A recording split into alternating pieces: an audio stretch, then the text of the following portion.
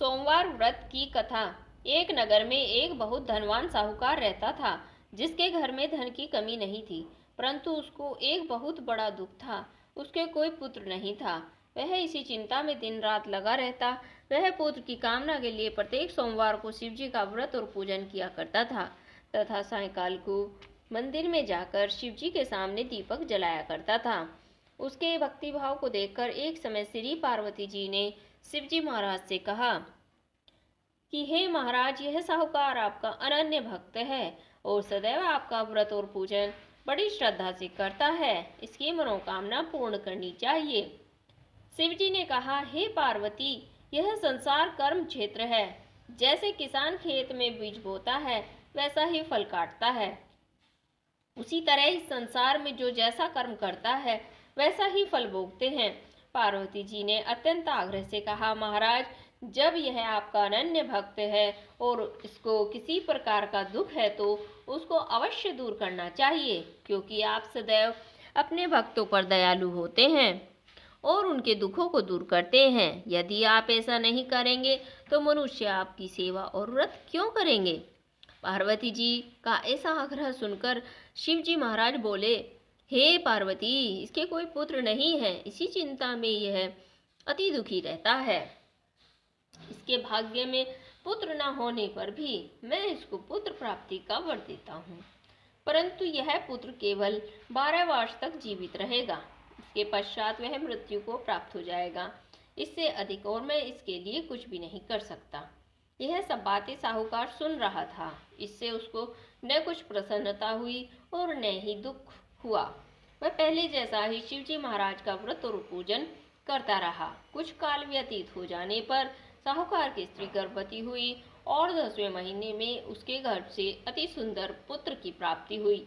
साहूकार के घर में बहुत खुशी मनाई गई, परंतु साहूकार ने उसकी केवल 12 वर्ष की आयु जानकर अधिक प्रसन्नता प्रकट नहीं की और न ही किसी को भेद ही बताया। जब वह बालक 11 वर्ष का हो गया और उस बालक की माता ने उसके पिता से विवाह आदि के लिए कहा, तो वह साहूकार कहने लगा कि अभी मैं इसका विवाह नहीं करूंगा, अपने पुत्र को काशी जी पढ़ने के लिए भेजूंगा।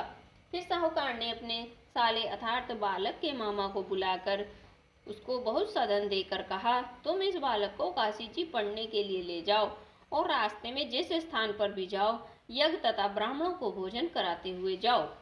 वह दोनों मामा और भांजे यज्ञ करते हुए और ब्राह्मणों को भोजन कराते जा रहे थे। रास्ते में उनको एक शहर पड़ा। उस शहर में राजा की कन्या का विवाह था और दूसरे राजा का लड़का जो विवाह कराने के लिए बारात लेकर आया था, वह एक आंख से काना था। उसके पिता को इस बात की बड़ी चिंता थी कि कहीं वर को देखकर कन्या के माता पिता विवाह में किसी प्रकार की अड़चन पैदा न कर दें। इस कारण जब उसने अति सुंदर सेठ के लड़के को देखा तो मन में विचार किया कि क्यों न दरवाजे के समय इस लड़के से वर का काम चला लिया जाए। ऐसा विचार करके वर के पिता ने उस लड़के और मामा से बात की तो वे राजी हो गए। फिर उस लड़के को वर के कपड़े पहनाकर घोड़ी पर चढ़ाकर दरवाजे पर ले गए और सब कार्य प्रसन्नतापूर्ण हो गया। फिर वर के पिता ने सोचा, यदि विवाह कार्य भी लड़के से करा लिया जाए तो क्या बुराई है। ऐसा विचार करके लड़के और उसके मामा ने कहा, यदि आप फेरों और कन्यादान का काम भी करा देंगे तो आपकी बड़ी कृपा होगी और इसके बदले में मैं आपको बहुत सारा धन भी दूंगा। तो उन्होंने स्वीकार कर लिया और विवाह कार्य भी बहुत अच्छी तरह से संपन्न हो गया।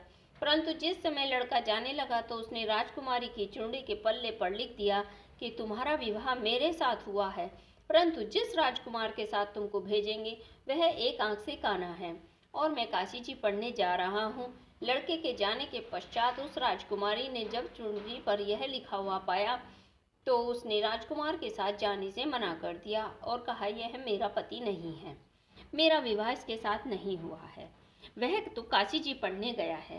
राजकुमारी के माता पिता ने अपनी कन्या को विदा नहीं किया और बारात वापस चली गई। उधर सेठ का लड़का और उसका मामा जी काशी जी पहुंच गए और वहां जाकर उन्होंने यज्ञ करना और लड़के ने पढ़ना शुरू कर दिया। जब लड़के की आयु 12 वर्ष की हो गई, उस दिन उन्होंने यज्ञ रचा रखा था।